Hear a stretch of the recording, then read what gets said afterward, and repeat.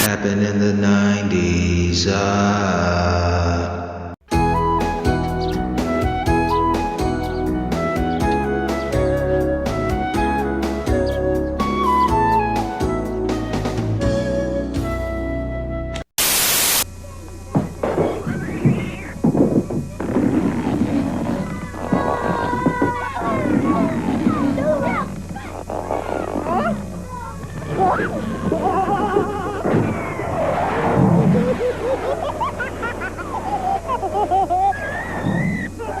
Well, look who's here. Little Caesars, cheeser. Not one, but two pizzas with extra cheese, up to 4 toppings, and free crazy bread for $8.98. Teaser. Is that the senior? Is that our senior year? Well, you're yes, it is. You're gonna get a. Look at these. Look at these two players. Look at these two players right Dude, here. Steve, look at you, dude. Dude, on the same page, Steve. This was meant to be, bro. Look at us. Fuck. Wait, go over. Wrong page. I'm seeing Hans Grafune there. Look at Matt. Look at fat Matt. Dude, it's crazy. I'm in better shape as an old man than I was a senior in high school. That's hilarious. Look at Steve. Look at little Steve up there. Same haircut. That skinny ass neck. Yeah, dude. And this was back when I could grow hair, man. I regret keeping a low haircut. I wanted to be the Black Stone Cold so bad. I mean, I was like, you kind of were. I mean, I guess you had. I mean, you were bald, so I guess that's all it takes. You know, I was bald. I had facial hair. I had a little goatee going. I had earrings. I think I had loops at one time, just like Stone Cold. you used to come in with a vest with no shirt on under it all the time, which I remember being really just like aggressive, but I respected it. That said Steve 316 on it and had a rattlesnake. It was crazy, guy. Garrett 316 says, I'm gonna kill those froth tips. What? Thank God you didn't have like a 2 or 3 years prior yearbook, Steve, because Matt was rocking the penis haircut in full effect. Well into high school years. So You had the Lloyd. You had the Lloyd dude. off of. Dude, what I remember also was, here's what people don't realize. There was the quintessential 90s white boy bowl cut. And then there was, if you were a little snazzy or a little more of a young go-hard, if you will, Steve, you'd get the shave up under the long hair. So not only did you have the bowl cut kind of, but if you got it wet, you looked like pure white trash. So I went that far. And if you even go back a little bit further, steps, Steve. I had steps in the shit. So am I proud of it? No, but I look. Is that the Eric off of Boy Meets World? Didn't he have that? You know, it was pitched to me as a racing stripe, Steve. So it was alluded I might get some speed from this. So I don't remember who talked me into it, but when I look back on my haircuts, I almost feel like my dad was just fucking with me, just seeing how shitty he can make me look. You know, because my hair just was that of like a Chinese doll, you know? I'm going to make sure my son never gets laid. Yeah. Let me see if your head can fit in this bowl. I can do to make him not get any pussy. So yeah, bowl cut, then go up. Can we let's cut a money sign in it too. Let's just kill this kid's pussy quotient for a couple of decades. Sonia, with our powers combined, we'll make him unfuckable. No. Sure. Hey, man, but I appreciated you, man. I always thought you were a cool dude. Still to this day, man. Well, I hope so. We're fucking working together, Steve. So if you don't, like, what the fuck, man? As that picture shows, man, we were probably 1 or 2 lockers from each other that whole high school career. And before I even knew, I think, what sarcasm was, I was like, this guy, there's something like I kind of do the same shit he does. Oh, that's what that is. Oh, we're both sarcastic assholes. Just remember being in I think it was geometry class with you and with what's his face, we said what his name was. I think it was Jeff or something. Devin. Are you talking about? No, that was algebra. Was that algebra? 2. Okay. Yeah. So we were in that class. I think maybe it was the first class we had in the morning, or it was early, and we would always discuss the occurrences on the night previouses, like Monday Night Raw. Yeah. You know, we'd have those discussions. So there was a lot of heavy that. But yeah, I chose to really sort of just be a like insult comic in high school, I guess. I just would fuck with the teachers. So. Yeah, dude. I insulted my way out of some pussy, man. I think because me and you, we were like the youngest in our grade, man. And I think I'm speaking for myself, lack of maturity for my peer group. I think that kind of like went against me. Because there were some chicks I think that were kind of throwing me some flavor, and me still being in that like adolescent world, like I'm gonna throw a rock at her. And like looking back on it, I was like, man, I should have like grabbed her ass or something. We were all kids. I mean, dude, I was in band, bro. Like the ability to use that, like if you were in a group like that, there was always bus trips, you know, going to a game, coming back late at night. When you're sick, you have a buddy in it. And I mean, I was just a pussy. When you're chubby and you're staring at pussy in high school, if it's above your level in any way, there's, at least for me, a lot of questioning of whether I should shoot the shot or not. Maybe I should have, maybe I shouldn't have, but I think I'm like you. I was like a little too, we were both like a clean 6 months younger than anybody, which is big in that time. And I was immature like you, dude. If I thought you were fucking with me at all or anything, I would just roast you or roast the teacher or get the attention away from myself, basically. Yeah, it would make me feel uncomfortable. Like, hey, Steve, you shut up, you stupid bitch. Right, guys? Oh, where you guys? Oh, you guys got girlfriends now? Oh, hey, you guys want to play Goldeneye? Oh, you're finger fucking tonight. Oh, good. Tell me what that's like, or actually don't. Fuck. Yeah, I'm gonna go watch. I guess I'll watch Wild Things again and beat off. Have fun being an adult. Guess I'll sneak back into my uncle's room when he's going to work. Yeah, I mean, but the haircut and get the yearbooks out, Steve. I have all of them at my parents' house. So the next time I go visit, I mean, I can go back to junior high and we can really just. Oh man, you can see the real shit because that. Like I said, the bowl cut, everything was just in full effect. I was just full 90s white. So let's roast it. Man, this is the only one I brought with me to Atlanta, the senior, because it represents me getting the fuck out of Perrysburg. But I do have the freshman and sophomore years. I left those in Ohio. I'll get that shit later, man. But dude, have you seen the Mortal Kombat yet? Yeah. What'd you think? Yo, man, it got a lot of hate, and it did. Was it a 100% like a great movie? No, but I thought it was fine. I liked it. Biased, dude. I like the 90s one. It was cheesy. Yeah. It was what it was. It had bad special effects, but we grew up on that shit. And I just remember going to the theater watching that. Same here. I enjoyed it.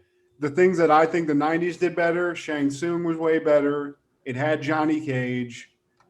And for me, the Liu Kang in this new one just looked a little sickly, He looked weak, bro. Like, that's the one thing that stood out to me. Like, the dude they picked for Liu Kang, like, I will slackbox his fucking head off, man. Like, dude, get the original guy. That dude looked like a badass. He still probably looks great. He had the hair, dude. He looked like Liu Kang. It looked like they took the dude who played him in the game and brought him to life. So, but I will say this for the new one.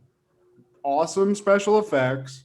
Scorpion, the first like 10 minutes of that movie was a great just martial arts movie and in general, it was dope with the Scorpion flashback. And then my favorite just character in the movies is Kano. I think he looks cool, and I just like him. That's And yeah. Kano was good in this. And the actor that they got to play him, I would never have thought that guy could play a part like that, but he did real good. So, Dude, he was your favorite character in Mortal Kombat? not in the game itself. I'm just Oh. saying, like in the movies, he was always like an Australian guy. I just thought Yeah. he looks cool. He's got the fucking Terminator eye and shit like that. So Yeah. I don't know. When I was younger, I think he was because he had a cool fatality. He ripped your heart out. So Liu Kang was always my dude, man. But like, I like the fight scenes. I liked a lot of things about the movie, man. And I think that like whenever you do a remake from something years ago, it's like it's so easy to just trample on it. And oh yeah, it happens every day. We've seen that over and over again recently. But sometimes it's unfair because just because it's not like the original, people automatically, oh, it's trash. I thought that about Coming to America. I couldn't laugh even if I tried. Yeah. But this one, man, like the fighting scenes were good. The dialogue was kind of cheesy because they kind of took some lines from the game, like really, and but like the characters themselves were dope, man. The only really one of the gripes I had was the Liu Kang selection, man. They look like they got this guy off of Skid Row. Yeah, And he looks sick, dude. The characters they chose to feature, I was like, I don't know. And the thing that I didn't like about the movie, which I get it, they had to figure out a way to make this movie, was the main guy that was like the martial arts guy that became like he had his own like outfit that was his power or whatever. You know, the MMA dude. Like obviously he didn't make a mark because he was like the main character in this new Mortal Kombat. Johnny Cage? He was like the MMA fighter, and then like when everybody got their power, his power was like he was like the ultimate Mortal Kombat contestant in this new one. You're not talking okay. Okay, so the movie opens. There's a guy fighting that's an MMA fighter, and he loses the fight. And then, but he has that thing, and Jax is like, "Hey, man, where'd you get the tattoo?" You know, the main fucking guy, Steve. I thought you were talking about Johnny Cage. I have to watch it again, man, because like I thought everybody in there was a character. No, the main guy, Johnny Cage, I guess they're saying is going to be in the second one if there is one, but he's not in it. There's a guy who's the MMA guy in the beginning. He's just some guy. His name, I don't even know. He's just, but I was like, the fact that they had to just make up this no-name new guy to be in this movie that's the one thing I didn't like, but it didn't really ruin the movie for me. Oh, dude, see, man, I'll be honest with you. I casually watch it. So I was just assuming that was Johnny Cage. Oh, no. They actually have an end credit scene where they're going to get Johnny Cage. Like, and I guess maybe Ryan Reynolds is in talks to play Johnny Cage, which that's a dream casting choice in my opinion. He's perfect. He's almost is Johnny Cage. He's a martial artist that's a movie star that is popular all over the world. So wasn't he Green Lantern too? He was Green Lantern. He's Deadpool. He was Deadpool in like the Wolverine movies before Deadpool had a movie. He was in the worst Blade movie that Guillermo del Toro. Triple H? Or no, yeah, the one with Triple H. It wasn't Guillermo del Toro, somebody, but yeah. So that'd be cool, but yeah, it got so much hate. I turned it on thinking I was gonna fucking hate the shit out of it. But you know, it was not a bad movie. I'll say that for sure. Some people just want to get on a bandwagon, and like right now, the cool thing to do is hate on the new Mortal Kombat because it wasn't in the 90s. And it's like, dude, a lot of these motherfuckers that are hating on it are new millennials who weren't even born when the original came out. Like, what do you have to compare it to? You wasn't there. I was there. I was in the fucking 3D Mortal Kombat. Like, we were playing some shit at an arcade. You know, like I had to save quarters to go to a gas station to play that shit and learn how to do fatalities on an arcade machine.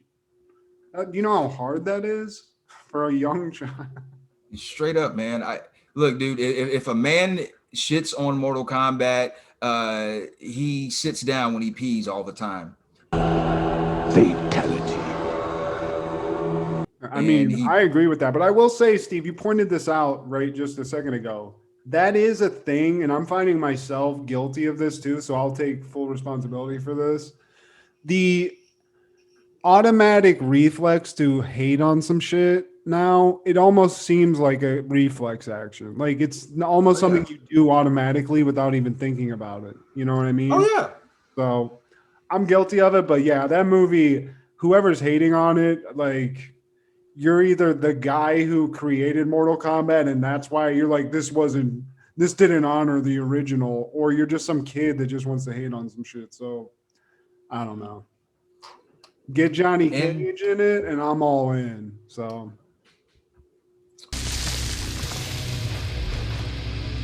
what's up, boys and girls? This is Happened in the 90s, a show where we talk about things that happened in the 90s. This is Steve G and Matt G. So get out your Capri Suns and your Super Nintendos because this episode has everything. It has Chach Daddies, burning furniture. It has death. It has Bob Saget. It has titties. And a little bit of racism sprinkled in there too, Steve. So we hit them all. Yeah, man. We're going to be talking about some designing women. Never thought we'd pick that one, but I watched it and it was like, you know what? I kind of get the same feeling I get when I watch that Blanche Devereaux. Uh-oh. Yeah. But Steve, I think this is important though, because we've been talking about shows that we watched and like for the most part, I think. Yeah. I think you could agree on that. Now we're delving into the real trash heap of the 90s shows where, like, especially with designing women, you might have gotten hard off this now, but think about it back in the day.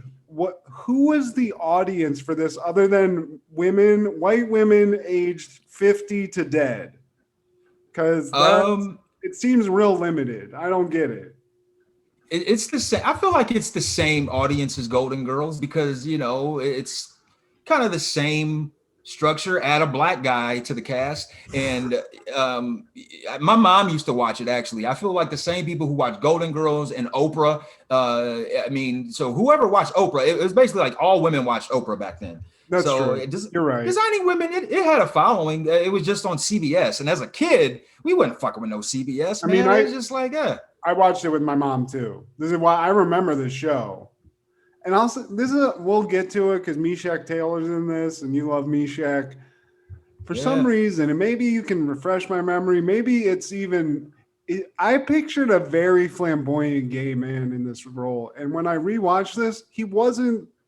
He was just a guy. I mean, he had a little bit of flambosity to him, but no. Maybe it was the Mannequin movie because he was super flamboyant in that. He had the shades. Okay. Yeah, the 80s shades. That could definitely be it. Mannequin was on heavy rotation in Comedy Central in like early 90s. So yeah, it could have been that. I forgot. You're obviously like a Meshach Taylor historian, so I'll defer to you on the Meshach.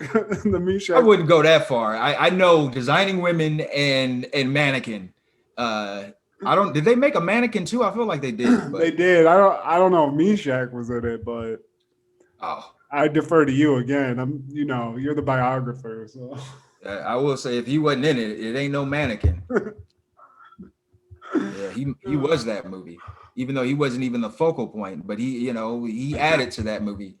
Now in 1990 on May 6th, 227 is airing their final episode, No Place Like Home, and fucking internet will not allow me to get any access to this show. I watched this faithfully with my grandma. It was on Saturdays along with Golden Girls and Amen. And it was the beginning of the career of Regina King, man. There she is. Where we at? There she is. Little Regina. Steve, what the fuck show? Man, I must be too white to know about this show because I have never heard of this show.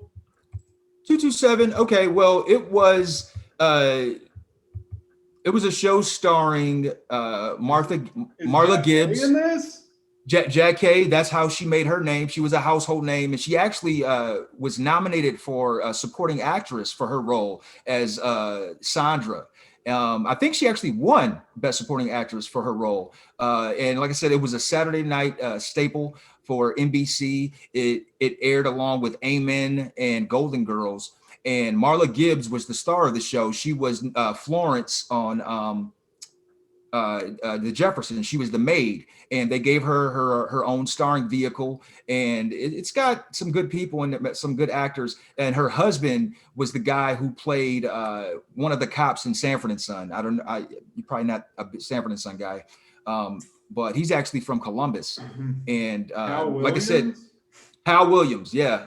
Born and raised in Columbus, Ohio, man, and he's still alive. So is Marla Gibbs. And like I said, this was the beginning of Regina King's career, man. She was a young preteen when she started this, and she actually hosted SNL this season. So it was good seeing her in that episode, because it's kind of like things are coming full circle. Like, who would have thought? She started off as this like 12, 13-year-old on this show back in the 80s. And, she was in Boys in the Hood, Friday. She was the voice on Boondocks. She's done some major things, man. And, it's great seeing her career blossom into this. And, but yeah, man, 227, they're airing the last episode, No Place Like Home. And we cannot get any access to the show, man.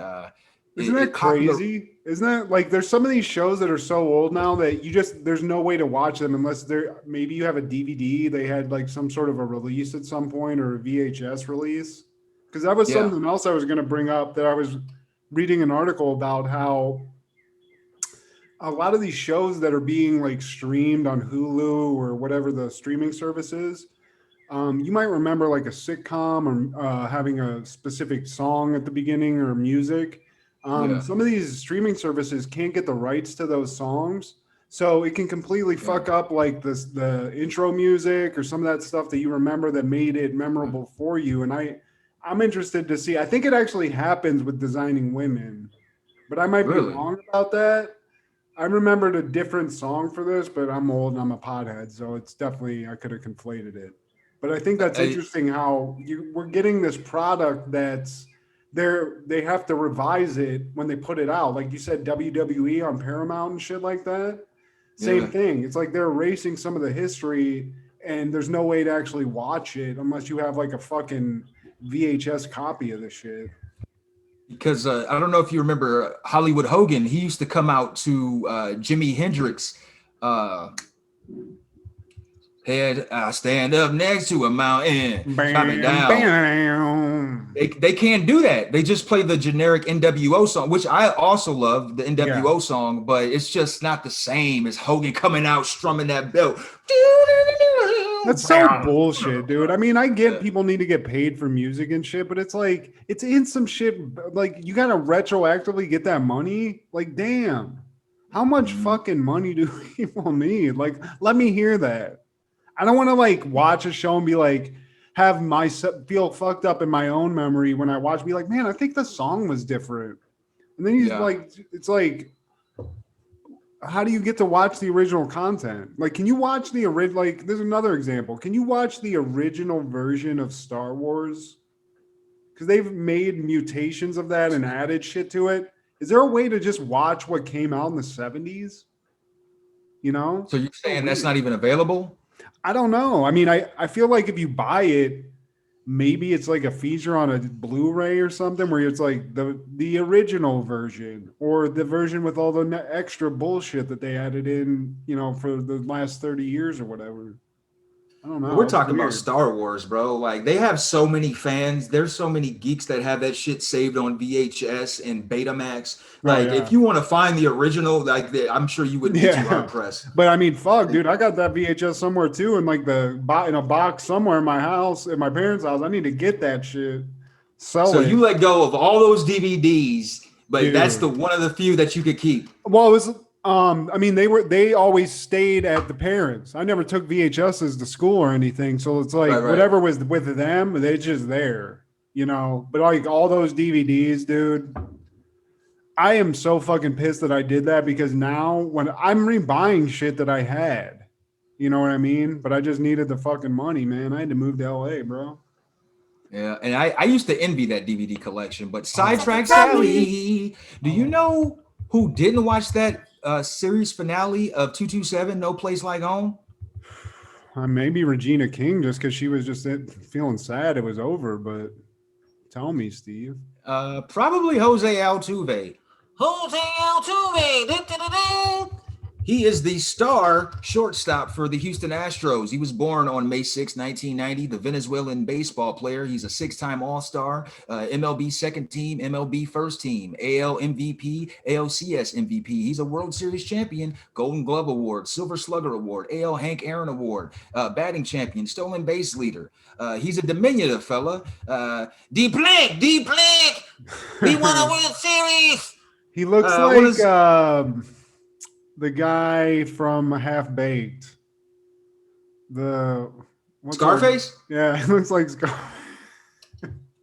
Dude, was this guy involved with that Houston team that got caught up in the cheating? Wasn't it Houston? The garbage can shit? Yeah. He was the star of that team. Hey, dude. Here's another thing about baseball. I got a question, Steve. You're more into it, I think. Is there any famous baseball players like on the level of a Ken Griffey Jr. or like a Barry Bonds from our time? Like, I don't know any baseball players' names. I really don't. Is there a major player from our time? I don't know. Like, is there a guy now? Now baseball that's like famous, like a name? Because I don't know any names. There was some guy on this Pirates that had dope. He was like, he was just looked cool, but with the dreads. I think he had dreads. He had something like that. But he was a badass. Team. I don't know his fucking name. Oh yeah, they traded him away. I can't call it either, but he was a badass. But as far as like a rock star, I feel like A-Rod was probably like the last rock star baseball player, because I think what you're asking is like who is likely to host an episode of SNL. A-Rod was exactly that guy. Derek Jeter was. Those guys are probably the last. Right now, man. Mike Trout, but no, I wouldn't even say him. He's not known on that level. Who's the guy? He used to play for he plays for the Phillies now, I want to say. Bryce Harper. That's probably is he white? He's a white dude with the goatee, the huge goatee. Oh, okay. Yeah. Okay. But there were guys when we were kids that like Ken Griffey, Barry Bonds, where you say the name and I know what they look like. I know in Ken Griffey Jr.'s case how he swings with a fucking bat. Yeah. Frank Thomas. The Big Hurt. Yeah. Big fucking Hurt. Dude, that guy's still slinging testosterone replacement therapy now on TV, dude. He's looking great. Sunday. Mom, I love him. Get her away. I was there for him and he pushed me away. I just don't want you to see me like this. I've seen patients sicker than Jesse get up and walk out of here. You've also seen patients die, haven't you? Life goes on. Sunday at 7, 6 Central.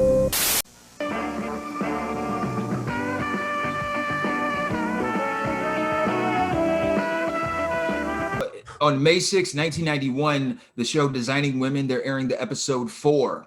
And the Beaumont Driving Club has changed their admission policies after being disqualified from the PGA Tour for racial discrimination. Suzanne tries to learn golf to get accepted into Beaumont, but the membership committee chooses Anthony instead.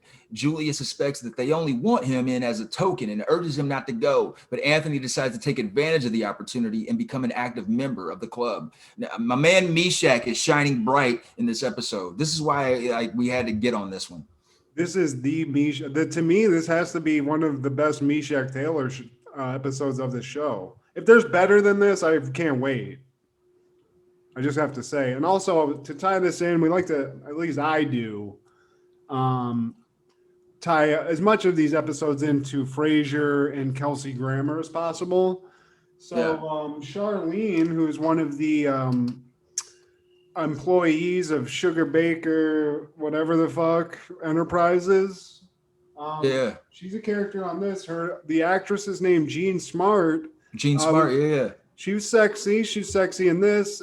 She was actually in Frasier, played Frasier's high school crush, who he then fucked and got into a relationship with.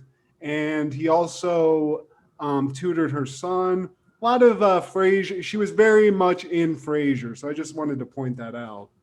He tooted her son and toasted her buns. Oh, dude. I mean, they fucked. Then he was trying to fuck a friend of this chick's, and she was like, I'll hook you up with her number if you give my son an A. And her son's kind of a dope.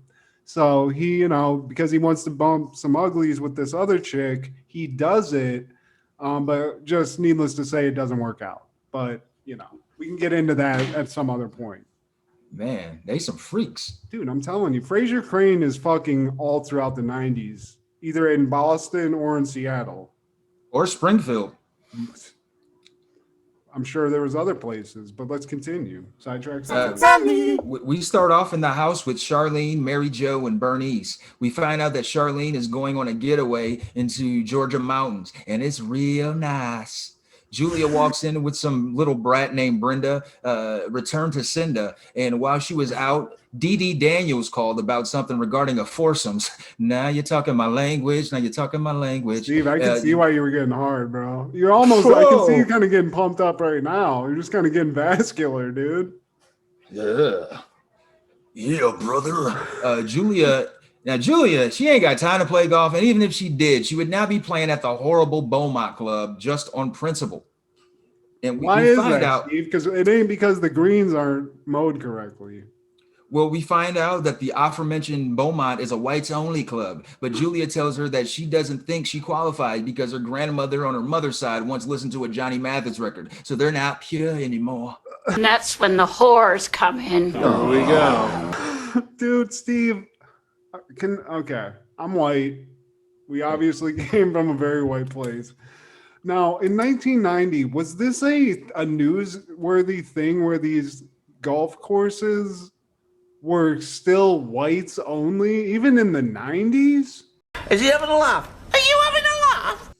But it's so widely known that not only is this involved in this, like the PGA's involved in this. They're like, fuck this place. You guys are racist. You're off the roster. Yes, they deserve to die, and I hope they burn in hell. Guys, why are you going here? Old lady who Meshack is kissing in the background. Why are you still a member? Nanny from Muppet Babies. And she's missing some teeth. Something's fucked up there. Hey man, you know what they can do with their gums. I don't know if you heard, but dude, it's just like Suzanne Delta Burke, man. She didn't care. She was willing to. She do whatever it took to get into Beaumont. And this is an episode about white privilege before white privilege was spoken about topic in public. You know what I mean? Because they kind of touch on it in a way. Who knew designing women was going to be at the forefront, like putting this out? This was the show. I mean, credit to the writers here, and fuck Beaumont. Maybe you get a free round. You go in there and you take a shit on one of the fairways just to, do whatever. But Julia's not having it. She said, I'm not taking the call. Fuck the four-way. If they want to, if we want to do some foursome someplace else, holler at me. But and Dixie Carter, I think maybe it's because I'm getting older, man. It's something about those. Oh my God. There's a certain kind of Southern. No, Steve, I know what it is. I'm gonna call you out right now because this isn't shocking to anybody that's listened to this. But Steve, Julia, who is who you're talking about in the show. Julia, yeah. Has a slight resemblance to somebody else that you were just hot to trot on that we've talked about previously. And the woman I'm talking about is sensational. The beautiful, sensational. I mean, Steve, this is insane that this is the type of woman that you are trying to get in 2021 is Sensational Sherry. I can hook this. We're going to go back to Toledo, Ohio. We're going to go a little bit south into Rossford and the surrounding areas. And I guarantee you, if we go to one Walmart in that area, you can find a billion Sensational Sherries because they're all over the place. And they're not, I don't get your fascination. But you, Steve, I'm losing it. I don't mean to be this aggressive, but. You're judging me. I feel like I'm being so. It's not a concern, but what I'm saying is I thought I was going to be pointing out like a mind-blowing fact to you. Like I was going to say she looks like Sensational Sherry, and you were going to be, oh my God, you're right. But no, you realize that, and you agree with me that one, she looks like Sensational Sherry, and two, you're into Sensational Sherry. I'm into Sensational Sherry and Dixie Carter, i.e. Julia Sugarbaker, whatever, but they don't look alike, man. It just the way put a couple pounds of muscle on her and some glitter on the side of her face, Steve, and that's sensation. So just I like the way something it's just something I'm seeing as like a little bit of a routine choice that you're making here. So I'm just noting it for anybody listening. If you look like Sensational Sherry, or most likely if your mother or grandmother looks like Sensational Sherry, HIT90 or what happened in the 90s at gmail.com. Steve will reply, and if you can hook him up with some, little bit of gilf action, Steve's ready. Hey, ladies, I buy flowers and eat ass. Holla at your boy. But no, man, I like the way she carries herself, Dixie Carter. She's very upstanding. She's a Southern. She got that accent, and that's totally a turn on. And she's like not with the racism. She's able to look at her white privilege and be like, nah, I don't feel like cashing in on it like that. And I respect that. But how'd she get the mansion, Steve? How did she? I don't know. I'm hoping you have the answer. Here's the thing. I don't have the answer because you're throwing around these women's names like you've watched the show I had to write this shit on a list so I could remember who these motherfuckers were. But yeah, I mean she is she's obviously the cool one. She's the one that owns the fucking company. But she is like she's the new type of Southern belle. She's not having the racism, but she's still gonna get some money. So it is what it is. But at least she's out there fighting the good fight against Beaumont, even though her sister Delta Burke with them titties is Suzanne. Suzanne, I apologize, Delta, with the titty comment, but Suzanne is not giving a fuck. She's like, and to be honest with you, she gets out of pocket with Meshack in this episode in a way where we'll get to it, but I'm just gonna foreshadow that. So it's way easier to find a Suzanne than it is a Julia. Mm-hmm. Julia is a rare gem where she's beautiful, she's Southern, and she's cool with black people. Whereas opposed to Suzanne, like they're a dime a dozen. It's like, okay, you got the Southern accent, and I already know what you're about. Next, screw you guys, I'm going home. Yeah, but then again, Steve, can I ask you this? Suzanne's in front of you. And she's like, let's go upstairs, Steve. Are you going up? This Suzanne, no. If we're talking 80s first or second season Delta Burke, totally yes. She was a fox at one point. And then over time, she was cuckoo for carbs and gaga for gluten. And it shows right here, man. That's some cold shit. So no, and class, Steve, I just had a cinnamon bun and I want to have a little brown sugar on top. Oh, I'll do the class, sassafras, Piccadilly. I don't know. Piccadilly. Those terms always come to me. We're getting super sidetracked, Sally, but like okay. I don't know if they have nothing to do with the South, sassafras and Piccadilly, but they just sound like I could just hear a Southern. Yeah, sassafras, Piccadilly. What it is, there's a podcast, Something to Wrestle with Bruce Pritchard and the other guy. And whenever they do impressions of JR, they always say sassafras. And I think that's part of it. So, yeah, it does sound like a Southern sassafras. Piccadilly. You got this kind of like Florida panhandle thing going, whereas what you really want is more of a Savannah accent, which is more like molasses just sort of spilling out of your mouth. While Julia is on the phone, turning down this invite. Her sister Suzanne, played by Delta Burke, who at this point has gone completely cuckoo for carbs, and she doesn't understand why Julia passed up an opportunity to play golf at the Beaumont. And their friend Bernice, she doesn't even know what Beaumont is. She barely even knows where she is, bless her heart. And Mary Jo tells her that it's that snotty, snobby, stuck-up country club that Suzanne will crawl buck naked over broken glass to join. Apparently, they've been warning Julia, who doesn't care, while they don't care that Suzanne wants to get in because she's fat. And she wants to cash in on that white privilege, man. I mean, she was like a Southern, she's like, what do they call them? A Southern debutante. Like at one point she was like something like that. So yeah, she wants to get in with these like upper echelon society things, which I never go wanting to go to a country club. We live near country clubs. I don't get it. You pay for friends, but she wants in.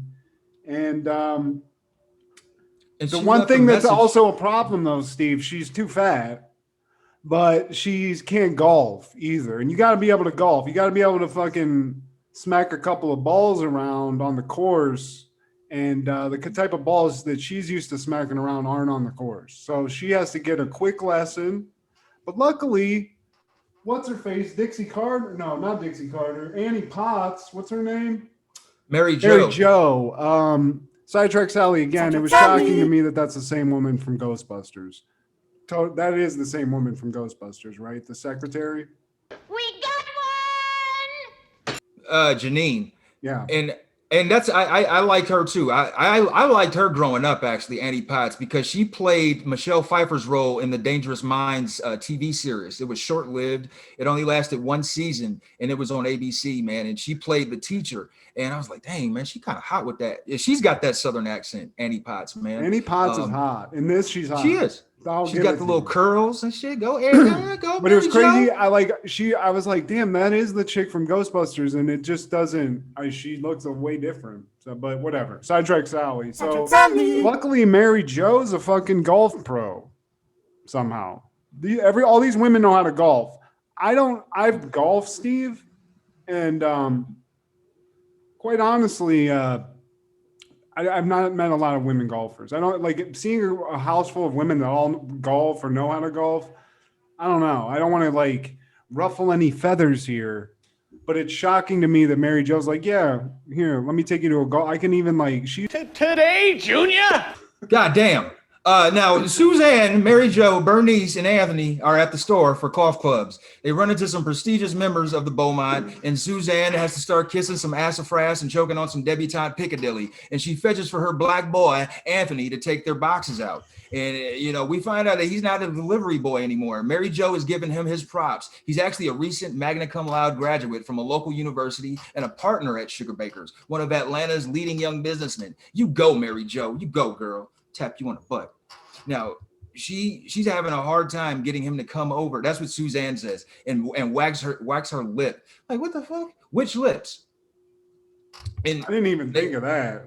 It might. Yeah, that's crazy. Yeah, wax your own lips.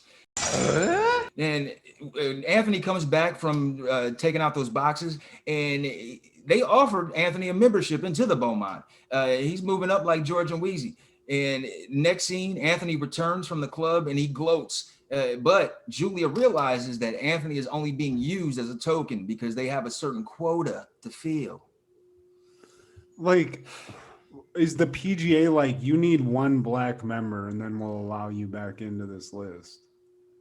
It doesn't make any sense. I don't get the logic there, but change your policies. I guess. Like, we don't want. I just had a question about something that I read in the description of this. I don't I don't remember much of the show, but the description of the show in general, was Anthony in jail at some point? Because I think they said he's like an ex-con. In the early seasons? Maybe. Maybe I read that maybe I took that off of like an IMDb page, but we'll get to it because he says something later also that kind of alludes to that as well. But yeah, they're trying to fill that quotient, which is fucking crazy. But Anthony says he's down.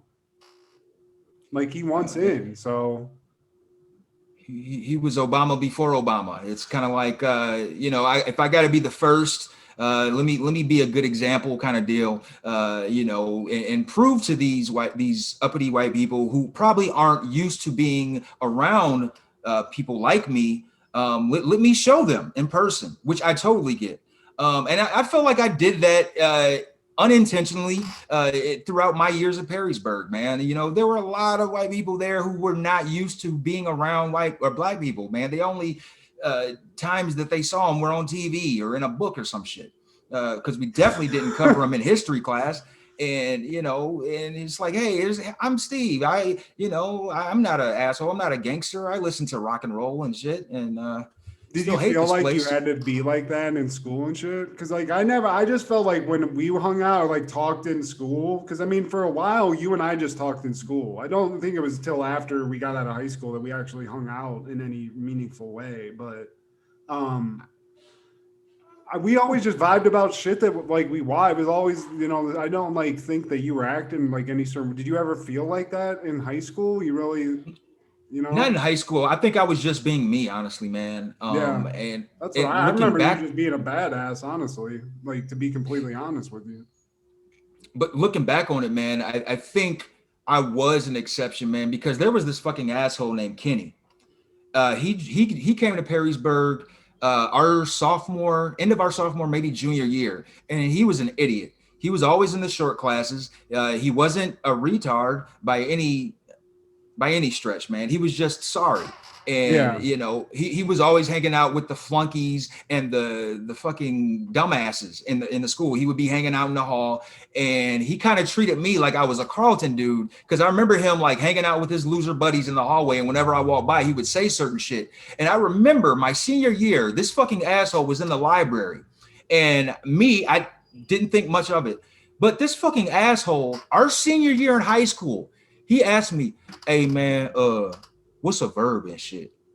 And I'm thinking, I'm explaining to this fucking asshole what a verb is, and looking back on it like, oh dude, he was totally fucking with me. So Kenny, if you see this, man, I hope you eat a bag of dicks in the worst way. You probably can't get access to this show because you're probably either dead or in jail, you fucking bitch. You suck, you jackass. But I didn't like that kind of shit. Kenny? His name was Kenny, and he tried to play football, but he couldn't hack it. He tried out for basketball, couldn't hack it. So he was just like, okay, I'll just be the urban black guy. That'll be my thing, and I'll just hang out. I don't remember him at all, Steve. Man, you thank your lucky stars. And but yeah, man, because of assholes like that attended Perrysburg, I feel like by contrast, I was kind of showing a different kind of black person, because he was the typical 90s black kid, like, I wear the fresh Nikes, I wear the polo and the Tommy Hilfiger, and I listen to hip hop, and like I speak like I don't know how to mix words together. But I like to think I was always an articulate guy, even for my age. And but back to this show, and fuck Kenny. You suck, you jackass. Anthony, fuck you, Kenny, whoever you are. Anthony, he has the mindset of like, I'm going to go to every party, every dance, every barbecue. Hell, I'm going to be twerking on Claude Maybelline. I fucks with you, Anthony. You're a rebel. You're a pioneer.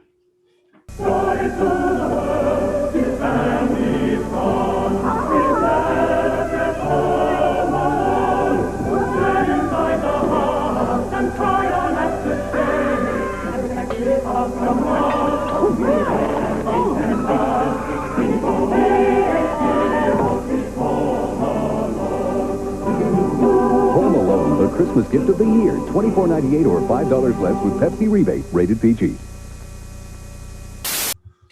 Now, you know who probably didn't watch this episode of Designing Women? Hi, Steve. I'm scared. I'm not going to say anything because I put my foot in my mouth a couple of times here. So, MLB slugger Lenny Dykstra, because he slammed his sports car into two trees. I bet he had a fucking lip full of dip too, Steve. He just had a fucking face full of dip.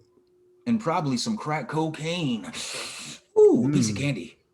So yeah, this happened in Radnor Township, Delaware County, Pennsylvania. His teammate Darren Dalton was the passenger, and he was also injured. Dykstra suffered fractured ribs, a broken cheekbone, a fractured collarbone, and lost 2 months of playing time. In late August of that year, he re-broke his collarbone in Cincinnati, running into the outfield wall and missed the rest of the season.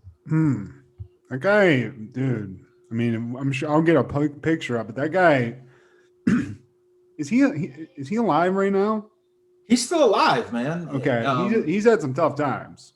He has. I don't know all of them, but I just know he's gone through some shit. So he was very good at baseball for a while, but the end of his life has been sort of a crazy tale.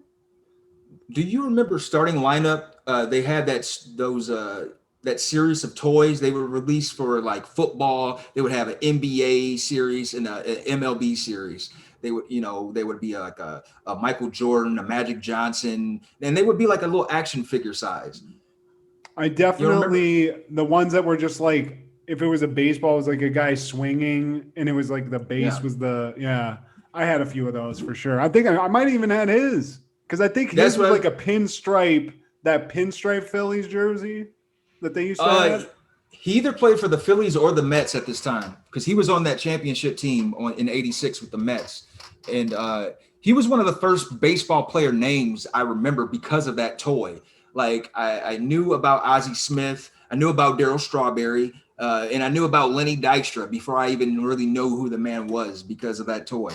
I mean, he just notoriously was just like a weird character in baseball, because he would put absurd amounts of dip in his mouth. So he'd have like a fucking just chaw thing, and you'd see the outline. But yeah, I mean, salute to Lenny. I mean, definitely don't let him have a car.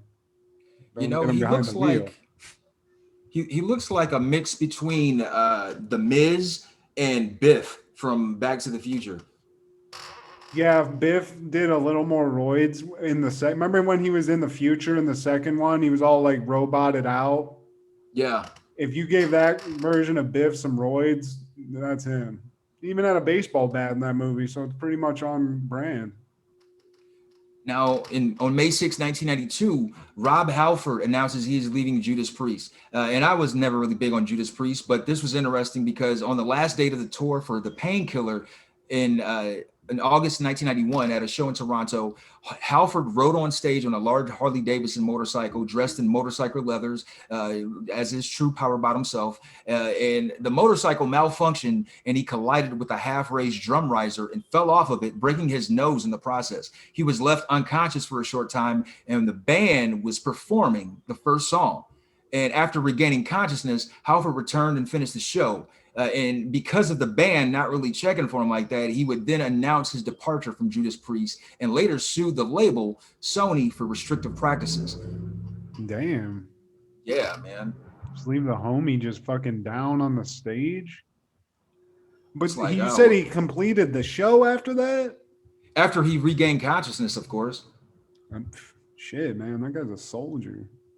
Yeah, and he's also gay, but that's... I knew that. I knew that part of it, but I mean, hey, it is what it is. I think he's pretty proud of it, so... Yeah, totally. I mean, and I'm just saying. Now, in 1994, Pearl Jam files a complaint against Ticketmaster with the U.S. Justice Department, charging that the company has a monopoly on the concert ticket business.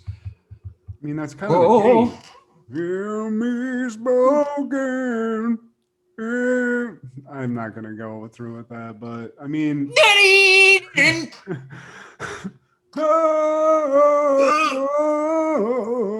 I was never a huge Pearl Jam fan, Steve. I know that's shocking from somebody in the 90s, but they're right about the shit with Ticketmaster. I mean, that whole I don't go to shows, but I know how much that shit costs now because my wife goes to them, and I mean, they fucking bang you. They'll just give you like service fees to buy a fucking ticket. It's like, damn. I'm just going to go to the window. And this was back in 94, man. Like Ticketmaster still here, still charging those fees. That didn't hurt them at all. So, I mean, a lot of the music industry people fighting back in the 90s on like, they did this. Mars did Napster, shut them down, and I mean, I guess Yeah. rightfully so, but it didn't really change the like. When's the last time you bought a CD?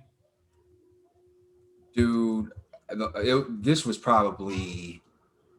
has to be years ago, man. I think the last CD I bought was like in 2017, maybe. I bought a Clips Re-Up Gang album like in Florida, and I don't even know why I did because it was piratable, but that's the last album I ever bought. I like my music consumption. You actually listen to music. Like I just listen to what comes on like Spotify playlist at this point. It has gone significantly down. I listen What to has? podcasts and like audiobooks more than anything because I'm intellectual, Steve. I want to learn. Oh well, there's a lot to learn in trap music. That's true. I know. I mean, I did learn the metric system from that at the very end. So now, on that same day when Pro Jam was taking Ticketmaster to the cases, Three Ninjas Kick Back premiered in theaters. It's Colt, Rock, Tum Tum. We should run! We should hide!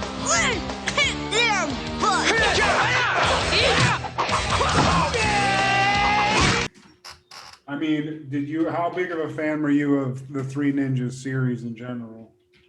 Well, I remember watching the original in the theaters. I don't know if I watched the second one, man, but I watched the original with my buddies, man, and we were practicing our kung fu. And on Saturday afternoons, man, we would watch those Shaw Brothers movies, man, that they would air after the cartoons would go off. It would be like that matinee deal. They would air like old, the Deadly Venoms, the 5 Deadly Venoms, and a lot of the Wu-Tang inspiring movies, man. The Legend of Ghostface Killer, Master Killer, all of that stuff, man.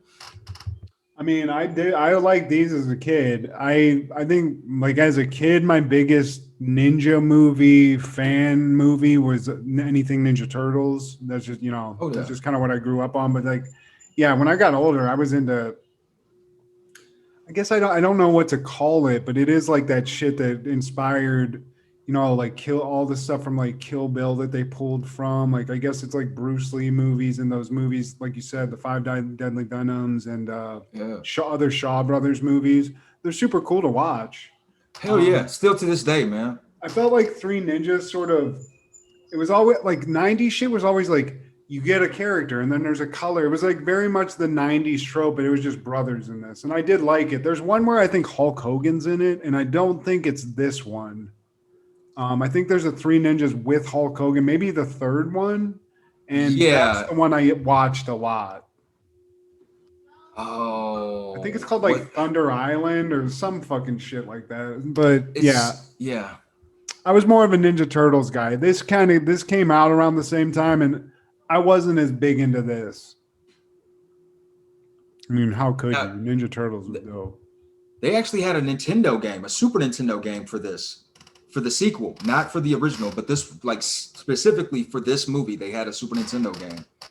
Dude, we need to it would be so cool to play some of these things like now, like show this shit. I mean, I'm sure people actually do that anyway. For thing, but like, damn.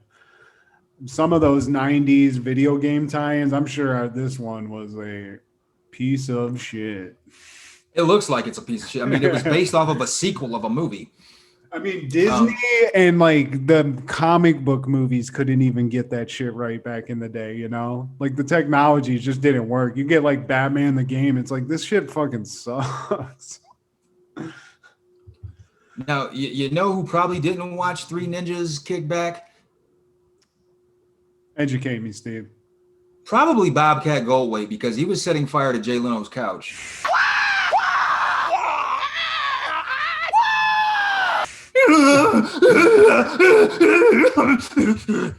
Dude, this motherfucker is crazy.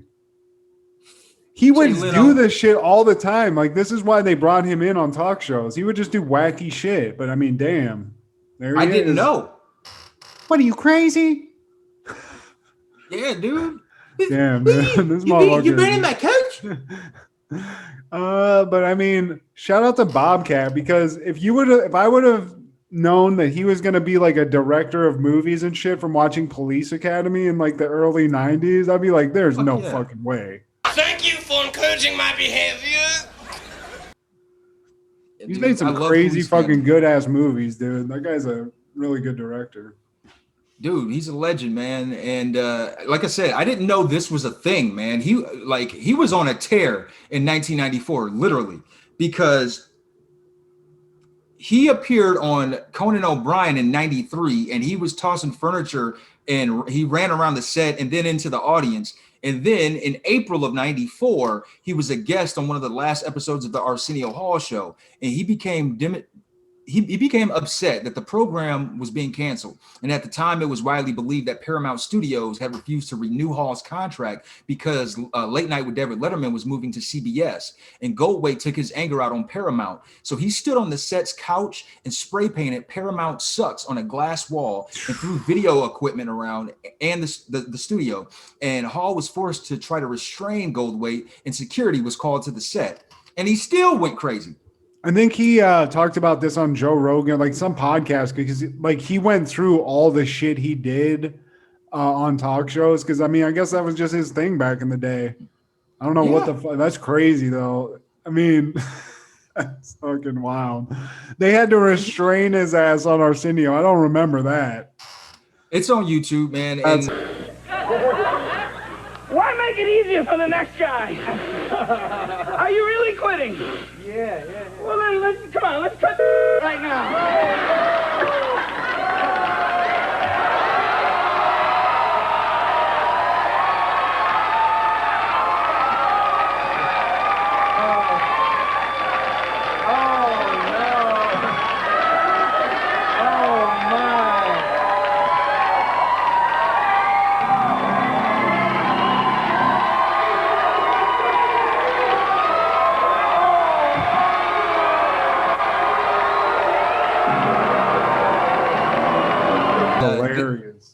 So that happened in April of 94. So the following month, he appeared on Jay Leno, and he briefly lit the guest chair on fire. And as a result, he was fined $2,700 plus the cost of the chair, which cost $698. And he was required to tape several public service announcements about fire safety. And due to this incident, he is a convicted. Yeah, because of this, he's a convicted arsonist. That's hilarious. I mean, that's great for his fucking brand, though. That's fucking hilarious. And this even became a plot for one of the Larry Sanders episodes in August of 94, where the fictional talk show hires him in hope of improving their ratings if he does another stunt. And another fun fact about Bobcat Goldthwait, I didn't know he was dating Nikki Cox. Oh, yeah, dude. That's what I knew beyond everything else. Mind-blowing. Mind-blowing. I didn't see him with Nikki Cox, but when we went out on New Year's one year in LA, like downtown, they have a bunch of shit, and he was just hanging out, fucking smoking a cigarette with a bunch of people on the side of it. I was like, damn, look at this dude.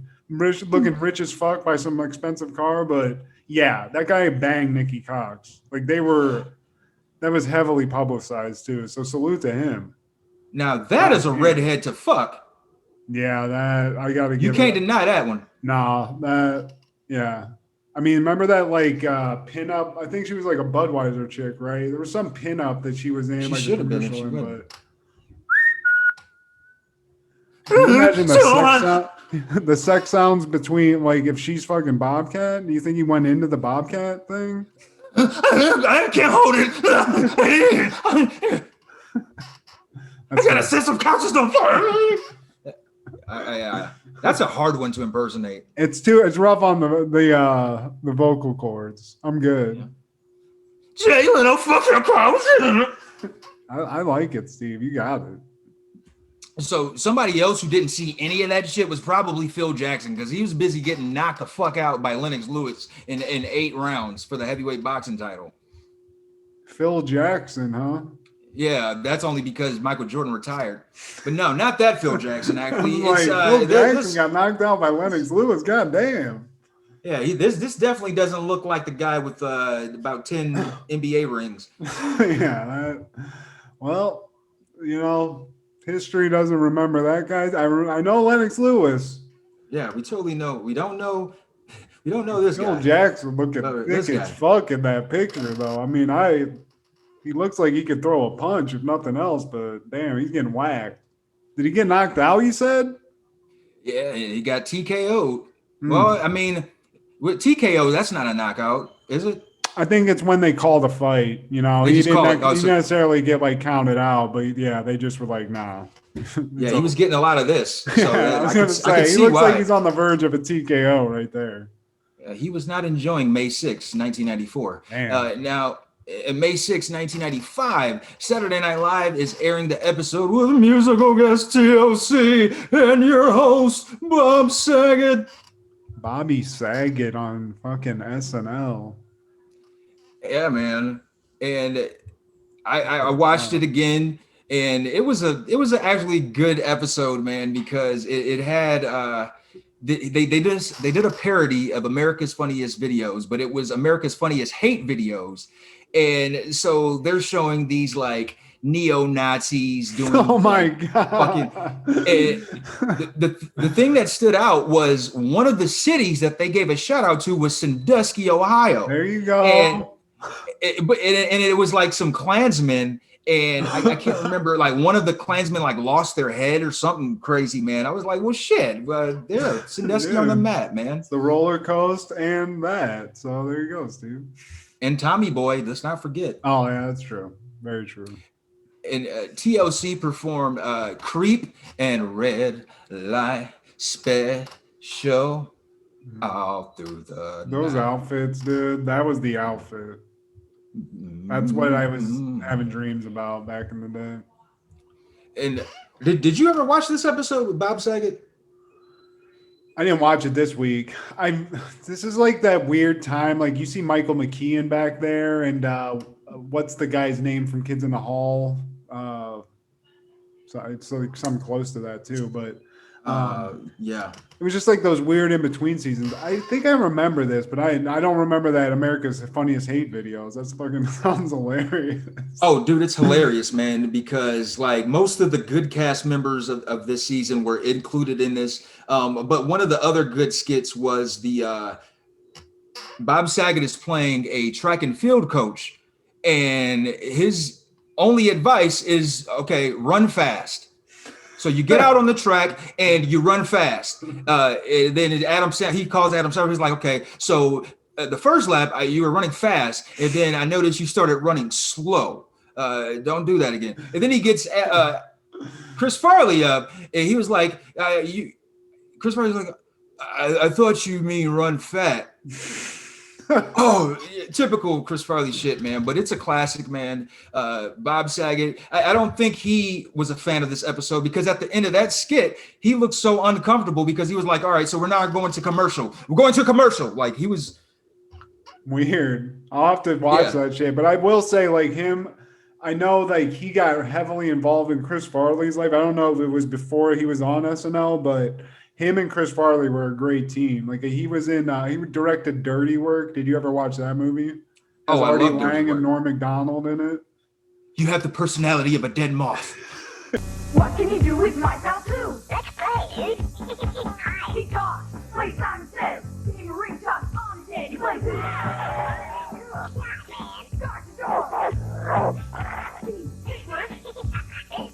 My pal too. He's a friend for you. My pal too, he talks. Plays Simon Says, Ring Toss on his head. He's a robot. You're my dad. He talks, plays hoops. Simon Says, he knows what he throws. My pal too. Batteries not included for Toy Biz. 1996, Baywatch is airing the episode Last Wave. I mean, Kaye Morgan. Yeah, you want to do it? Well, no, you go ahead, Steve. I was just going to get into a titty rant, but go for it. I know, man. I know you can't wait to get to those titties. That's why you picked this episode. Hey, people, look, I wanted to pick Designing Women and one of two Wayans Brothers movie or episodes. Matt was like, no, titties. We got titties. We got a Baywatch. Got that. Hey, Steve. I didn't hear any arguments. Now that's a titty. And honestly, you were the first one to say how much titties were in the episode. So, yeah, fuck you. Very fair. Fair enough. Now, Kay Morgan is reunited with her old boyfriend, Wes Masters, a champion surfer in town wanting to finish his surfing career for good and settle down with her. But after an accident in which Wes suddenly dies, Kay is struck with grief, as well as Wes's 10-year-old brother, who's part of Kay's sailing class. Meanwhile, Stephanie undergoes surgery for melanoma, with Tom as her doctor to persuade her to be brave, and he ends up proposing marriage to her. Caroline's engagement to Logan takes a turn when Neely begins wooing him and wanting to land as a model for his swimwear designs. Yeah, I mean, this is a heavy episode. I wasn't expecting the death that occurred in this. No. I was expecting some full titties, like a nice titty episode. Like we all remember all the hits, a Pam Anderson, a Yasmin Bleeth. They were all there, Steve. We add in this. Chick? Huh? Who was the black chick that came later in the later seasons? I don't know, she was Steve. hot. I wasn't aware of a black chick on Baywatch. I dipped out. After Pam Anderson sort of outgrew the show, I outgrew the show and had to go off to wherever she went. Barbed Wire, I believe, was maybe a movie. Or real porn at this point, because like I said, I had access to my uncle's stash when he was out of the house. So like, okay, I was done watching Baywatch at this point. I was like, oh, why get worked up when I can watch them things jangle and jangle? Well, I wanted to just point this out right away that I wanted to watch this because I only have a memory of this show that I watched as a young kid to, oogle some tits. I didn't watch this because I like the characters. I watched it because I could see some breasticles. And I think you did too. Oh, yeah, we all did. So we all did that. So again, I have a list of character names because I don't remember the character names. I have nicknames for these people, and we'll get to that. But yeah, I wasn't expecting the death. I was expecting some more David Chokachi. We didn't get any David Chokachi. He was gone. So I was disappointed by that. And so just to sidetrack Sally once, Steve, because this guy's in the 90s as well. Do you think Casper Van Dien of Starship Troopers fame was ever considered for the David Chokachi role? I have no fucking clue who that is, bro. My God. Well, okay. I mean, he looks like identical to Chokachi. And then that's what the 90s were. It was these men, these beautiful men that they paraded around, they were a dime a dozen. So I'm not offended. You don't know who Casper Van Dien is. I was watching in the opening credits. I'm like, who are these Chotch daddies? Yeah. The mustache guy? The mustache guy, Steve? The guy who looks like the vice. I called him the vice principal in all my notes because that's the best I could do. I didn't know his name. The guy who saved... I think the character was actually named for the guy whose last name is Numi or something. Yeah. And this guy's name is Numi in the show. So I think he maybe was like an actual lifeguard. I don't know. He looks like Chris Poloni, CBS version. I'm like, hey, man, you can't die in this episode. You got about 7 seasons of Law & Order SVU to compete. Yeah. Yeah, he does kind of look like that guy, but with a pederast mustache. He definitely, I wouldn't want this guy saving any kids, but he's in there. There's a lot of these people I just didn't know. And again, this woman, Kaye, who you mentioned, who she's reconnecting with a lost love, I thought she was like a character on the show. She is not. She's not a lifeguard. She's Kaye. She is a fine woman. I've never heard of this woman because, like I said, I wasn't deep into Baywatch. I just knew about Pam and Hasselhoff. But this is actually his wife, his real life wife. And David Hasselhoff has been winning my whole life, man. You were driving talking cars in the 80s. You were in Baywatch around titties all day. And apparently you're a fucking icon in Germany. And you're married to this. Like, dude, I know you have this thing like, oh, white women, I'm not attracted to them. No, but here's Steve. I'm Pamela Anderson all day. This woman, the thing that concerns me is the eyes. They look psychotic. There's a darkness there. She's seen something. In this, she's broken in this photo you've shown, but she looks crazy to me. No, sir, I didn't like it. And that's the only thing. She's hot. I'm not She's super surprised hot, she's the Hoff. She was a Hoffite or a Hoff angel or whatever you want to call it. His wife. That's crazy. But again, I got to agree with you. David Hasselhoff, our whole life, even as an older guy where he became like a parody of himself, winning completely.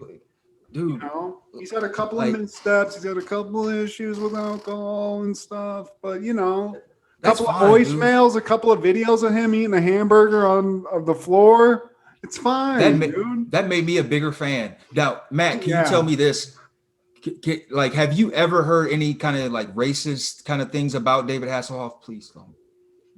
Have I ever heard any like him being a racist? Like any kind of, please, have you ever? No, I don't. Okay. I can't say that I have. And I mean, my wife would probably point it out. So she didn't say anything. And I think really the only thing that's questionable is that he's huge in Germany. So like, you know, but still don't get that. You know, I don't get it either, but hey, you know, he's rock. That's the other thing. Like he doesn't even need us, Steve. He could go to. He's a boss, bro.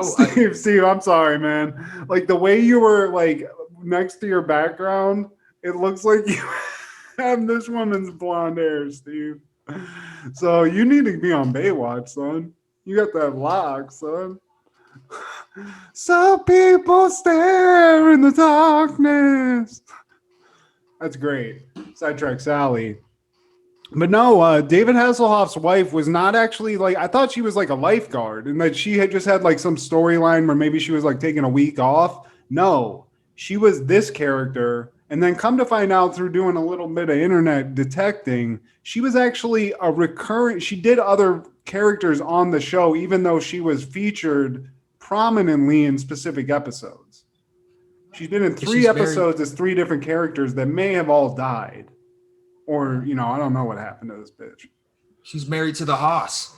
Dude, when you're married to the Haas, you get in. She's like, I needed some more money. And he's like, let me just get you a job. Let me get you a part real quick. You're a blonde chick on Baywatch, okay? And she is ridiculous. Dude, we've been sidetracked Sally all throughout this fucking episode. But, dude, like, hey, I got this thing called the White Girl Hall of Fame. It's just because I have that kind of fucking time. You know, and it's got the bangers. It's got your Pamela Anderson. It's got your Tiffany Amber Thiessens. It's got your Sarah Palins. Don't judge me. And she instantly she got on there, man. I'm pointing to David. Oh wow, Kaye is on the Mount Rushmore of white bitches now. Upon first sight, I never heard of her. Dude. I was just like, God. See, but I don't want to come off like I don't like white women. It's that I grew up in my sister and mother and the women I was rejected by as a teenager were white. So naturally, when I was able to actually get what I wanted, I went opposite of that. It happened, Steve. But if Jenny McCarthy in her prime came up to me and was like, I want to suck your dick, I'd be like, yeah, let's go. But don't paint me in this anti-white women thing where I'm just saying this fucking anti-white dude type situation. So you've been noticing trends in the shit I say. I've noticed every time I give Steve, a hot white woman props. We're talking about sensational Sherry half the time, so I don't want to be put into some position where I'm like, if that's what the choice is, no. It's not just sensational Sherry, Matt. There's been other times I'll be like, damn, that is a fine motherfucker. And you'd be like, well, she's like the typical. You did it with the chick from fucking, they used to fuck Charlie Sheen. You were like, oh, that's the typical like Hollywood. Okay. Oh, dude, you like the chick that fucked Charlie Sheen? Take that motherfucker out of the context. Especially in that episode of Seinfeld, she was fucking hot, and like I haven't seen her. Was it Denise Richards? She's fucking fine, bro. Okay. And you were like, oh, she was the typical masturbated constantly at Wild Things, but Denise Richards now, she's still bad, bro. She's still bad. I put money on it, Matt, that I don't even have. I'm just gonna look her up, and this is no disrespect to Denise Richards because again, I paid her the ultimate compliment as a youngster. She was one of the top notch. And I'm not even saying she's not beautiful now, Steve, but you know, sometimes you think you have this idea of somebody in your head, And then maybe that person went and got a little bit of plastic surgery and did a little bit of this and a little bit of that. And I'm going to have to share my screen, Steven. I don't want to do this. But, you know. She's definitely had some work. She like doesn't look Oliver or something. But again. Is that a...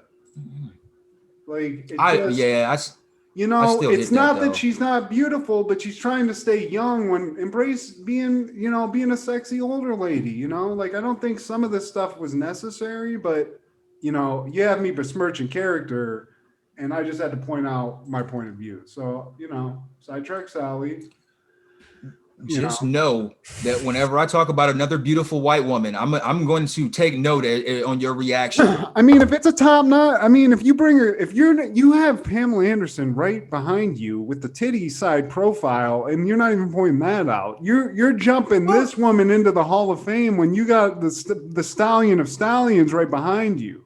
Well, dude, I said that she's in my Hall of Fame. It's a no-brainer. Like there are some that are just obvious. Like, yeah, Pamela Anderson she's a first ballot. Is Jenny McCarthy in the mix of this at all? Can we get her in on this? Her first year of eligibility, Jenny McCarthy was in, and yeah, man. Okay, well, I don't even know. Like, it's getting aggressive in tone, but I feel like we agree on this almost. Other than that you say I don't like white women in general, and that's just an older Matt taste thing, Steve. And I explained it, so I just wanted to just defend myself. Okay. Well, I don't want to shit on your character, Matt, and I love your haircut, by the way. I didn't mention it, Steve. Aw. And so Kaye is surprised to see her ex-boyfriend Wes, who's like this big time surfer bro. He pops up on her with roses and shit. He's trying to get in with Kaye. Every kiss begins with Kaye, as we all know, and he wants to start a family. He wants to settle down and do that whole deal. So they have like their little montage, their romantic montage and shit. They're hugging, they're laughing and smiling in each other's faces and waxing surfboards and waxing coochies, and they're surfing together and the whole nine. And then we go to the next scene where Mitch is played by Hasselhoff himself, and he's talking to Dr. Tom Morello, not to be confused with the legendary Tom Morello of the Rage Against the Machine. And I noticed Dr. Tom Morello, I've noticed his face somewhere, and he's played by Vincent Van Patten. And Vincent Van Patten, he was a host. I think he still is a host on WPT World Poker Tour. He's a long time host. Dude. I was trying to figure this out the whole time I was watching this episode, because Steve, I thought it was maybe a guy I saw in a porno, and that wasn't the case, because he has that kind of look, He has the look, like he could pull the doctor jacket off, and he's got a hard dick. But that's insane, because you're right. That is a man. So wow. And he's also the little brother of Dick Van Patten, the old time actor. Who's still alive, and he was on the show 8 is Enough before our time back in the 70s. And so Vince Van Patten is his like younger brother. Dick Van Patten is old enough to be his dad. But they're talking, and they're concerned about Stephanie's upcoming melanoma surgery, and he's kind of giving him the ratio of like, hey, this is the possibility of her making a miraculous recovery and yada yada. And then we go to Mitch pulling up on Kaye, and they talk about Wes. Kaye says that Wes is trying to settle down, but he still has some growing up to do. And then Wes rides into the scene on a skateboard to further prove her point. Dude, Wes looks like a porn star, dude. Wes has like the 90s, like he was in Playgirl vibe. I thought the same thing. He has that look. He has the haircut of one of those notable porn stars. Yeah, dude. So maybe he does have a lot of growing up to do. Who knows? Yeah, you gotta stop fucking other hoes. And so now Neely, and this is another fine woman. And I don't know if you agree, I don't care. But Neely, she wants Logan to be her business associate for her modeling career. Now Neely, okay, so the guy, the Aussie guy who has his back to you, right? He is a photographer. Logan. Yeah. And he's some sort of fashion photographer and lifeguard. So Okay. And then he's engaged to Yasmin Bleeth. Yeah. Who I used to be into also. That was another top-notch white woman who's fallen on some hard times. She's really hit the deck, Steve. I've heard some stories, but so Logan again, like I didn't even remember this guy was in Baywatch. Like this is a character that's he's male, so obviously I wasn't paying attention to that, but he's in there taking photos, and she's really trying hard to get in on some dick. And so he's trying to resist a little bit, but finally he gives in, and she is pretty hot. This dude, remember the scene in Baby Boy where the chick's like, "I just want some dick." Yeah. This was like that scene, you know. He just like, but in Baby Boy he gave it up. He left. Logan, he's just like, he goes in, he kisses, and here's where I hope I can get like this scene on the internet to show. This motherfucker is cheating on his fiance with the fucking glass door wide open, and she just like, she's right there, like right there. The shot, the way it's like conceived, I don't know how he wouldn't have seen her. You know what I mean? Unless he just has blinders on, he just sees those tits. Yeah. So maybe that's what it was, but I mean, Yasmin just is looking right into this fucking window, sees it, and then she hauls off. She's like, "Oh, hell no," and just leaves Logan to do whatever the fuck he's about to do, which he's about to give her a little didgeridoo, Steve. No, they're about to have a surfing event, and Hasselhoff is talking to Wes's little bro Trevor, who wants to know where do the waves come from, and he explains it like the wind is going to help.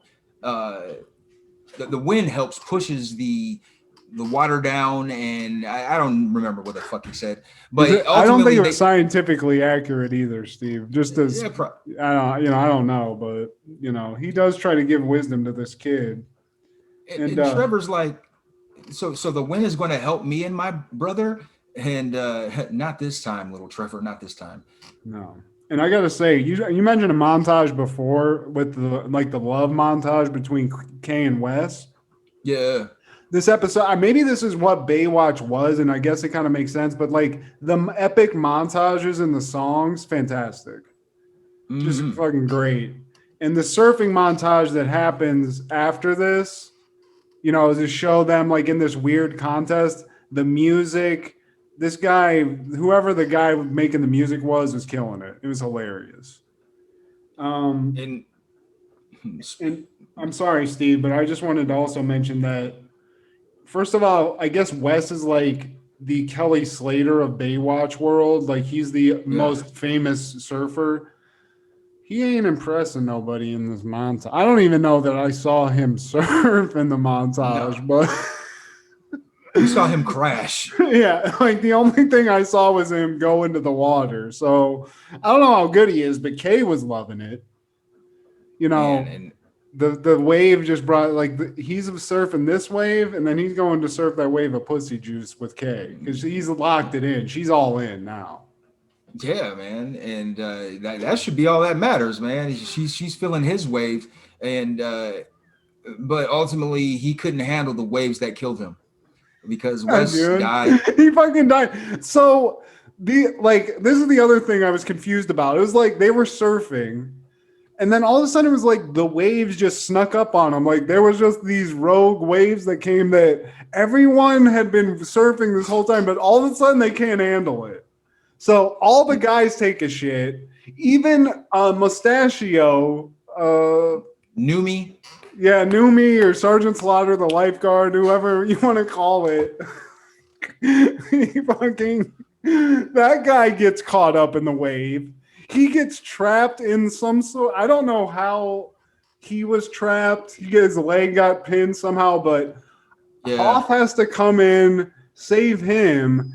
They save everyone else, and then they somehow just fucking forgot Wes existed. He's been dead for for minutes under the water, dude. This guy who's apparently the Michael Jordan of surfboards, and we're just like, oh man, you saved everybody except for this person who's supposed to be super relevant in this area. Yeah, like nobody was like, hey, where's Wes? Like everyone got saved, and then somebody was like, it was like Home Alone where they're like, Kevin! Like Kevin's are we dead. Forgetting something? Wes is dead. He's fucking dead as fuck. Which again, I was like, they're gonna give him CPR. You know, it's gonna be fine. But hell no, they cut from them giving CPR, and then Hasselhoff's like, look, he didn't die from drowning. He died from a blunt trauma thing to the head. So you know, he didn't suffer. But I was like, God damn, dude, like. Hope that makes you feel better. Well, how the fuck is that supposed to make me feel better? Yeah. He didn't drown. Yo, this motherfucker's dead, but it ain't because he ain't dead from what you thought. Okay, so hopefully that makes you feel a little bit better. You know, he died. He gone, dude. So I knew Baywatch had some dramatic shit in it, but I didn't know they were just gonna pop a surfing death in this episode. And then on top of it, this guy has a kid, or it's his brother or something. Who was he the only guardian that was there? They never explained that. I guess he just wanted to be around his brother a lot. He really wanted to be in the surfboards. He saw all this pussy juice that was dripping off of his older brother. He's like, I want pussy too one day. Yeah. What is a pussy? Where's my Uncle Wes at? Oh, he's dead. Can you call your family? Like, what happened? I needed somebody need to help this kid. He was the only family I had. I'm gonna go back to the titties. My little bill. Yeah, exactly. Where's Pam at? Where's CJ at? This is making me soft. What the fuck? So you know he died. The ocean killed a guy, and we just the fucking Baywatch. We're in episode 1 of our Baywatch episodes, and we already got a death, Steve. They already dropped the ball in the worst way possible. This is what you don't want to have happen on a day. Man, I'd take a shot for Wes if I had some liquor. But hey, man. I'll just rip a bowl just for Wes real quick. Wes, sorry, man. And I miss my Uncle Charles, dog. So yeah, Stephanie, but salute to Baywatch because they just knew what they were doing. Whoever, you know, sex sells used to be a mantra of business and of marketing, and this show encapsulates. It is now, but I'm just saying, like, this show is that. Somebody heard that and was like, we're gonna make a show about this. So give me some tits. Okay, give me some ass. Give me a couple of beefcakes. Water, wet. Okay, we're good. Let's make this money, guys. And I mean, I salute it. I can't wait to watch more of this because it's just insane. Like, what are they gonna have to do? A surgery on a surfboard at some point, like with some tits? CJ's implant exploded. We gotta take it out, Mitch. But on a positive note, though, we find out that Stephanie is 100% cancer free. Due to the work of Dr. Tom Morella. And Steve, they get the news. They had the good news. I feel like it's a conflict of interest for the doctor to be so romantically involved with a patient, but maybe he's the best doctor there is. Okay, so I support that, but I gotta say, you know, delivering good news to a patient and then making out with them in the room. I feel like, you know, is it professional? Because I have some concerns. There were some regulations that were crossed, I'm sure, man. But look at this though. You got to look at his bargaining stance. Like, hey, she can't say no. I just saved her life. Yeah, she's in this bed. She's got a catheter in there. She can't even run. I mean, there's nothing to happen here. So, yeah, I just found it weird. It was very those scenes, especially like when he's like, I have good news for you. And then they literally like fucking start making out hardcore in the room with Yasmin Bleeth and Pam Anderson are in this room in really hot, tight sweaters. So it's already very porn-esque. And then he drops it on this chick. And I was like, they could have just kept rolling, and like he took it. Like I would have fully accepted that this was a porno at that point, and I wish it was honestly, but you know, we weren't that lucky, Steve, until you watch that Tommy Lee, Pam Anderson porno, and I mean, we could get into that if you want, but I mean, I was just always astounded by that.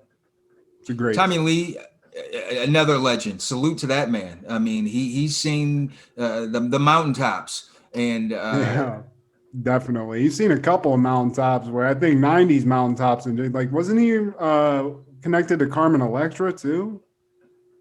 Who was also on Baywatch? Also, Dave Navarro was. Oh, I've been watching a lot of Ink Master, so maybe I just crossed over. But man, Tim and Tommy Lee need to have one of those versus things on chicks they fucked, because I bet that would just be insane.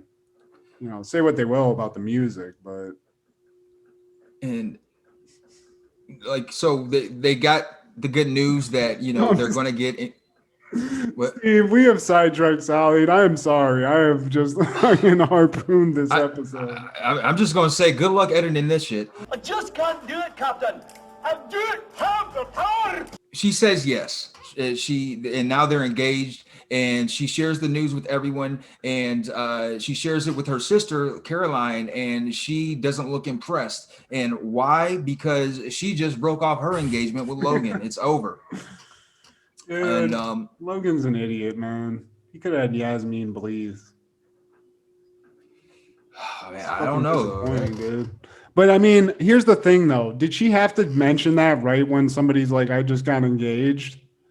Did you have to be Debbie Downer on the engagement announcement? I feel like you could have saved that. Possibly, yeah. I mean, but she was in her feels. I've never been engaged, so I can understand why somebody would be hurt. Oh, I definitely get her being hurt, but again, like your best friend says, "Hey, I just got engaged," and then the first words out of your mouth are, "Great," you know. I broke off my engagement, so cool. It just is, you know, it's kind of a shady look.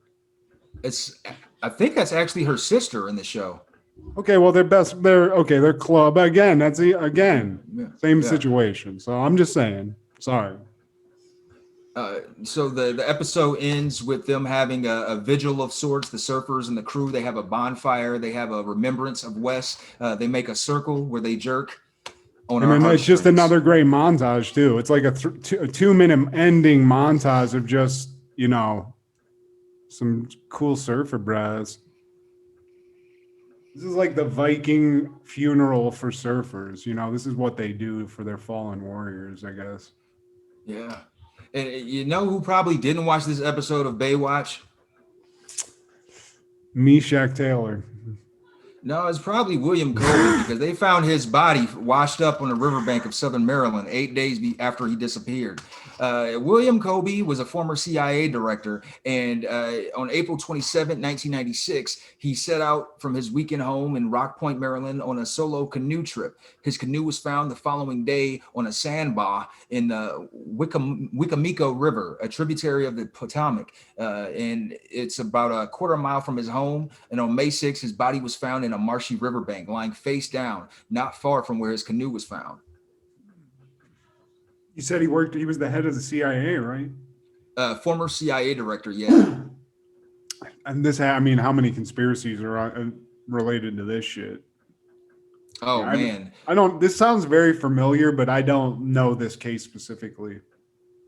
Well, they said that he died of a heart attack or a stroke due to severe calcified atherosclerosis, and that Colby likely suffered a complication of this atherosclerosis, which precipitated him into the cold water in a debilitated state, and he succumbed to the effects. Now, like you said, this did trigger some conspiracy theories that his death was due to foul play. And there's actually a documentary on this, the Man Nobody Knew. And Colby's son, Carl, suggested that his father suffered from guilt due to his actions in the CIA and committed suicide. Carl's stepmother and siblings, as well as Colby's biographer, criticized Carl's portrayal of William Colby and rejected the allegation that the former CIA director killed himself. That pictures him with George Bush, right? Yeah. It seems like a lot of people that dealt with that dude, because that guy was like the head of the CIA too, or he was like involved in one of those things. And like, it seems like a lot of people dealing with George Bush Sr. They didn't, they had some weird deaths, a lot of weird natural cause deaths that don't make a lot of sense. So hey, fuck around. I guess that's what happens. But that's crazy. Now, in 1997, the Rock and Roll Hall of Fame induction ceremony is held in Cleveland, where it should have fucking been, and the site of the hall itself for the first time. Now, prior to this year, the ceremony had only been held in New York City, and the inductees are the Bee Gees and Michael Jackson. Did you ever go there?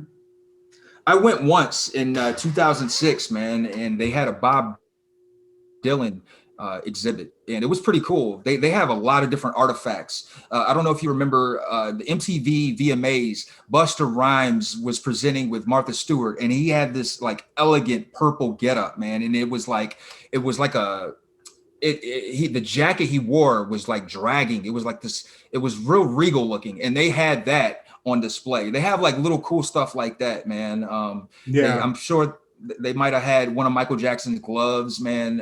Like I said, I only went one time, but I do want to go back because they have different exhibits depending on what time you go. I forget who I was there once too, because I mean it came out right when we were in high school, or they opened it or whatever. But yeah, I just like the beginning of it, at least as it was when I went. They had this cool place where you could literally go like listen to a bunch of music that they had on, and you put headphones on, and they had artifacts from all the songs. I feel like Dr. Dre had some shit they were displaying like hip hop shit when I went there, but I went with school, I think.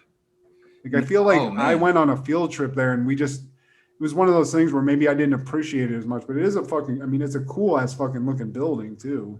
Yeah. So, yeah. And I think, wasn't it designed by I.M. Pei?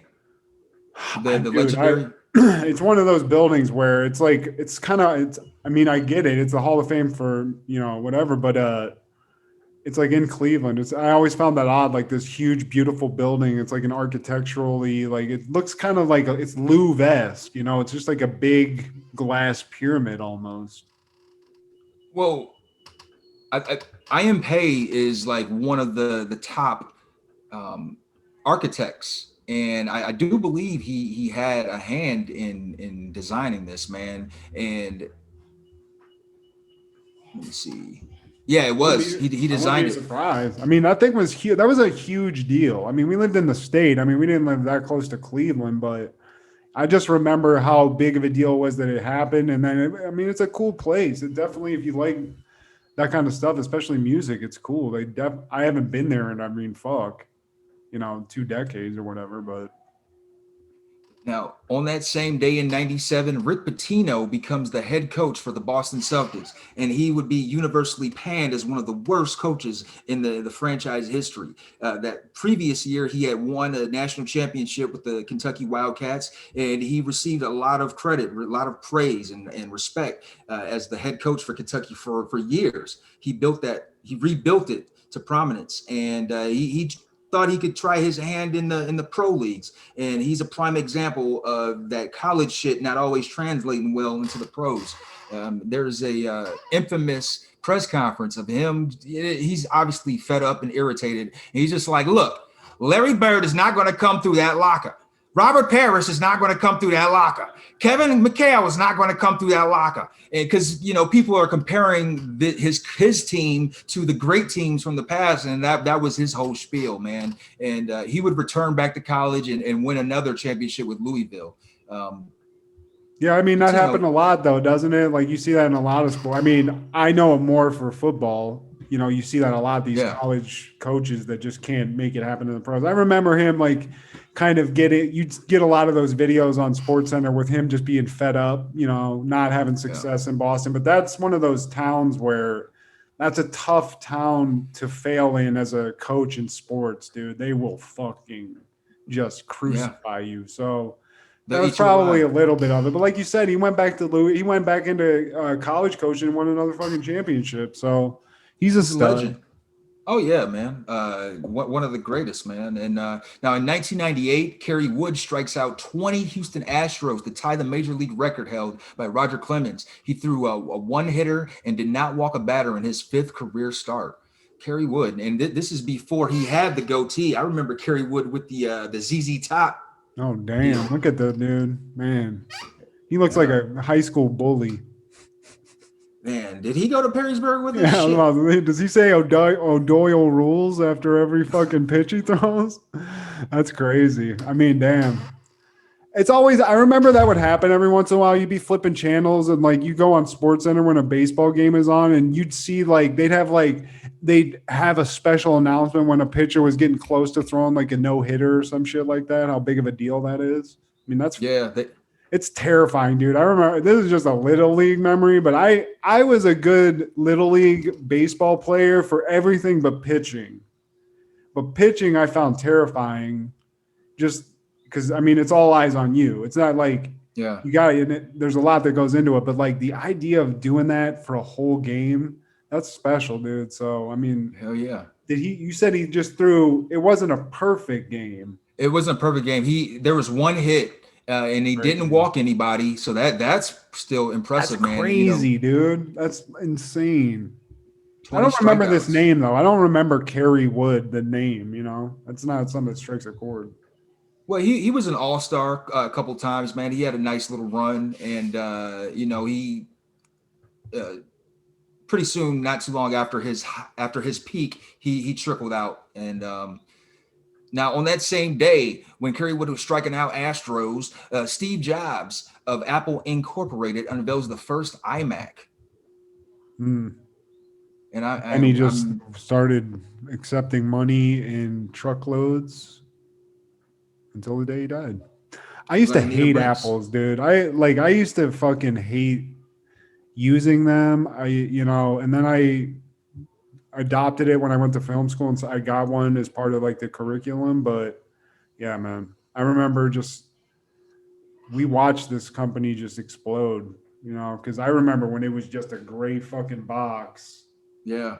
And the only thing I like to do on it that I remember that my buddy had is you could type shit and it would robotically read anything you typed. That was unseen before, man. Yeah. So you just be like, poo, boobs, and it did it. And that's all I remember Apple being worth a fuck for until I got a laptop. So, salute to Steve Jobs for putting that in. That was a dope move. I'm using a MacBook while we're talking. I mean, they're great machines. The ones like I had a MacBook Pro in like 2006. So like that era, man, those things are beasts. If you got one of those and it still works, I used to be able to edit videos on those with no problem. Just like if you were doing shit like that, those things are the best. Now, do you have any calls of action, honorable mentions, takeaways, Matt? My call of action is to you, Steve, and it's for us to continue to explore these 90s shows that are fucking stupid as fuck, that we never watch, people don't watch, because I think that's the more interesting thing, is seeing these ones that are of less quality but of more comedic value. Let's say that. So I love that we watch Designing Women and Baywatch. I'm sorry I sidetracked. So I'd like to also offer an apology to everybody for just tanking the episode with so many sidetrack sallies. I'm not even going to be able to call them all out. So yeah, apologize for that, Steve, but looking forward to the future whenever we get to watch more of these shitty shows. So I offer the same question to you. What was the question? Well, my takeaway, my takeaways, man. In 1990, Married with Children is airing the episode "The Agony of Defeat," and I remember this episode because Al is having this recurring nightmare about feet, and he runs into this fine lady at his shoe store, and she offers him a position to be a judge, and he's thinking it's going to be a modeling contest, like with women who look like this hot chick, but it's just a feet judging contest. And it's just like he wakes up from this bad dream, and he goes over to Peg in bed, he he unravels the blanket, and it's a big foot, and that's what stood out. The big foot at the end of the episode. That was the thing.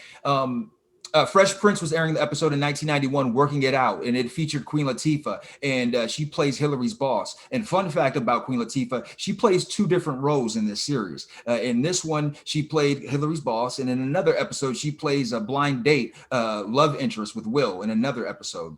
In 1992, Seinfeld is airing the episode The Keys, and it's this whole deal with Kramer, and he like Jerry wants his spare key back because Kramer's just busting in all the fucking time. And he should have asked about that key a long time ago. And so what does Kramer do? He just fucking hitchhikes and goes out to Cali because he can't take it. I can't have his key anymore. Fucking weird ass Michael Richards. I fucking don't like you.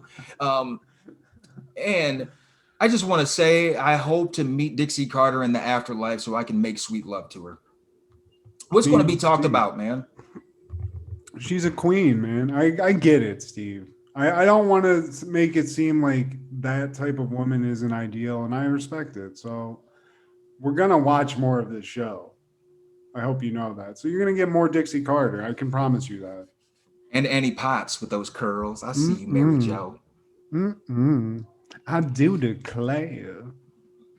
Piccadilly. I'll sassle your frass. And another one was Clementine, but I don't know, Clementine, but yeah, I know, right? Weird.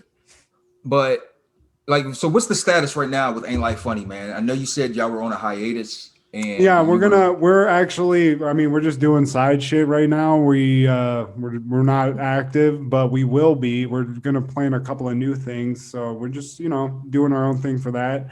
Doing a lot more work on Crushgasm, my wife's podcast, and every Wednesday, strong every Wednesday. So check that out. She'll have a new episode up the day before this comes out. So please, like, subscribe to that. And what are you doing in Over the Culture, Steve? Well, this Sunday it is Ghostface Killer's birthday. So I definitely want to talk about that, man. He's my favorite of the Wu-Tang. This past episode, I talked about the release of Austin Powers, International Man of Mystery. That was on the last episode. It was released on May 2nd, 1997. And not enough is said about Mike Myers, man. I know Martin Lawrence was really good at playing multiple roles. So was Eddie Murphy. But Mike Myers, he deserves a seat at the table too. And he does that in this, really throughout that whole series. Whether it's Austin Powers, Dr. Evil, or was the fat guy, Fat Bastard, hell yeah, Fat Bastard. That movie, dude, people shit on that movie. They say it's cheesy, but I used to fucking eat that shit alive. Mike Myers doesn't get it. He had a movie called So I Married an Axe Murderer before he got famous, and he did the same shit in that. He played like Scottish family. That's right, he did. So he's fucking legend, man. So yeah, but Austin Powers, awesome. And everyone go check out Over the Culture because Steve's killing it. So Over the Culture and Crushgasm, man. Now please like, share, subscribe, tell your favorite auntie, and we are on YouTube, Instagram, Facebook. We're at your mama's house. And this is Steve G and Matt G with Happened in the 90s.